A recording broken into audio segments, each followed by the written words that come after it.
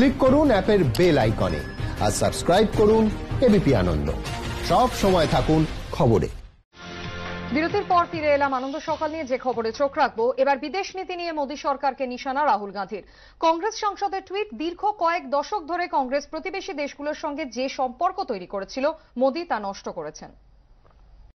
সীমান্তে চীনের সঙ্গে সংঘাত, হঠাৎই ভারতীয় ভূখণ্ডকে নিজেদের বলে দাবি করে নেপালের বিতর্কিত মানচিত্র পেশ। চীনের চাপে বরাবরের বন্ধু দেশ ভুটানও কিছুটা বেজিংয়ের দিকে ঝুঁকতে শুরু করেছে কিনা সেই প্রশ্ন উঠছে। বাংলাদেশ, শ্রীলঙ্কা থেকে মালদ্বীপ আর্থিক সাহায্য দিয়ে সবাইকে নিজেদের দিকে টানার চেষ্টায় মত্ত চীন। আর পাকিস্তানের চিরপরিচিত জঙ্গি পাঠিয়ে ভারতকে অস্থির করার চেষ্টার কৌশল তো আছে। এই পরিস্থিতিতে মোদী সরকারের বিদেশ নীতির সমালোচনা করে টুইট করলেন রাহুল গান্ধী। তিনি বলেছেন, দীর্ঘ কয়েক দশক ধরে কংগ্রেস প্রতিবেশী দেশগুলির সঙ্গে যে সম্পর্ক তৈরি করেছিল মোদী তা নষ্ট করেছেন।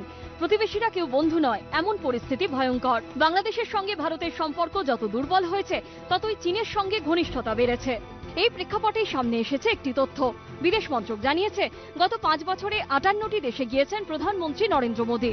সেই বাবদ কেন্দ্রীয় সরকারের খরচ হয়েছে 517 কোটি টাকা। প্রধানমন্ত্রীর বিদেশ সফর নিয়ে এক প্রশ্নের জবাবে বিদেশ মন্ত্রকের প্রতিমন্ত্রী ভি মুরলীধরন জানিয়েছেন, 2015 থেকে আমেরিকা, রাশিয়া, চীন, জার্মানি, ফ্রান্স, শ্রীলঙ্কা, সংযুক্ত আরব আমিরশাহী সহ মোট 58টি দেশে গিয়েছেন মোদী। তার মধ্যে আমেরিকা, রাশিয়া এবং চীন এই 3টি দেশে 5 বার গিয়েছেন। আর এই খাতে সব মিলিয়ে খরচ হয়েছে 517 কোটি 82 লক্ষ টাকা।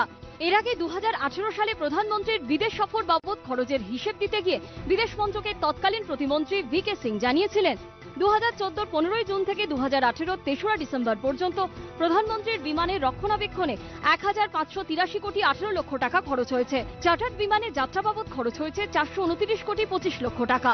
9 কোটি 11 লক্ষ টাকা খরচ হয়েছে হটলাইন চালু রাখতে। এবিপি আনন্দ।